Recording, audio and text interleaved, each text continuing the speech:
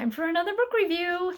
I am doing a historical fiction today, another Ruta Sepetys. I don't know if I like historical fiction or if I just really like her writing, but I am doing another Ruta Sepetys, The Fountains of Silence, and this one I was lucky enough to get a signed copy just for me. I am so excited. So here we go. Ruta Sepetys, The Fountains of Silence. A young, naive boy spends an unforgettable summer in the city of Madrid. Spain is still reeling from its civil war and suffering under the hand of dictator FranciscoFranco. Rich and privileged from Texas, Daniel is shocked to discover the secrets, the suffering, and more hidden behind the wall of silence in his mother's beloved native country. As he travels off the beaten path, pursues friendships with locals, and navigates a friendship with the wild, quote-unquote, son of America's ambassador to Spain, Daniel, too, learns to carry secrets. Those are my cats fighting in the background, in case you were wondering what that noise is. Mentored by seasoned press correspondent Ben, Daniel learns when to stay quiet, when to speak out, and most importantly, that it's okay to pursue his life's dreams. And he actually goes on to be a photojournalist for many, many years. As he's learning and growing, not only does Daniel learn to carry secrets, he learns just how important those secrets are to protect those he loves. Ruta Sepetys does a wonderful job with hidden history, and The Fountains of Silence is no different. I am, however, glad I did not read the author's note before the story, as I would have been so agonized by the main issue she's trying to bring to the forefront that I would not have been able to enjoy the rest of the story. And it is a beautiful story. I am truly glad that I did get to enjoy it and meeting all of these characters. Sepetys' writing immerses you in both Daniel's knowledge that he doesn't understand and his desire to understand, in Anna's fear and desperation, and in El Huérfano's anger.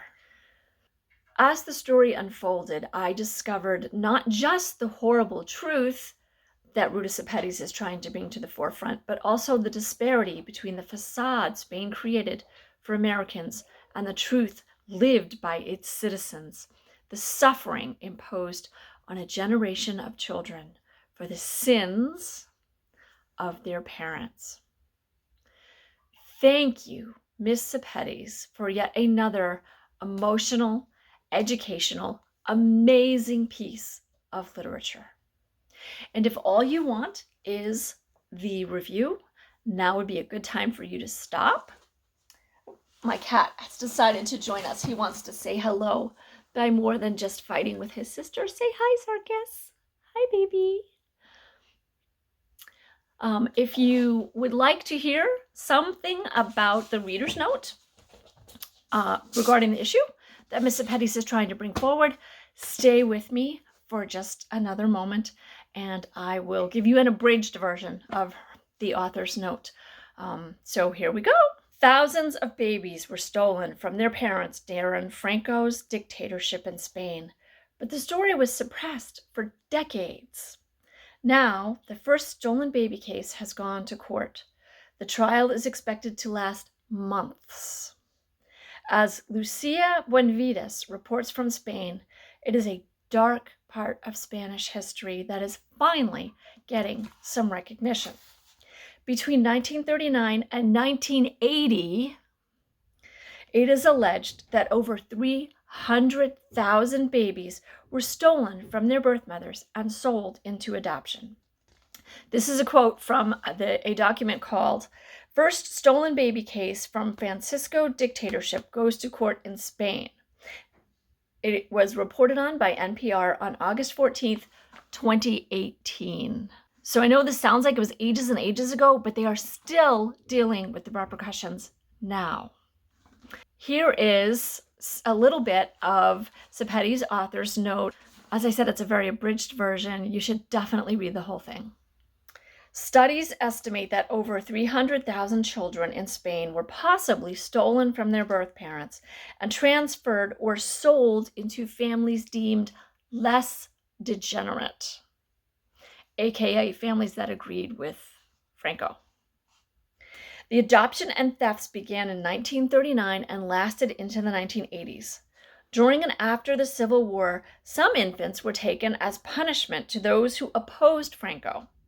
In the post-war period, the thefts were seen as a way to rehabilitate children who had parents or grandparents with the red gene.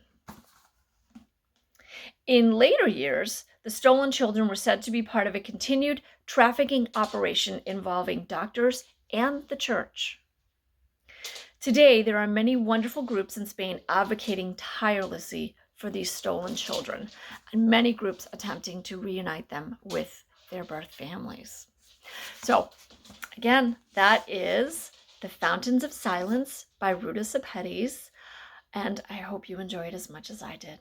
Bye!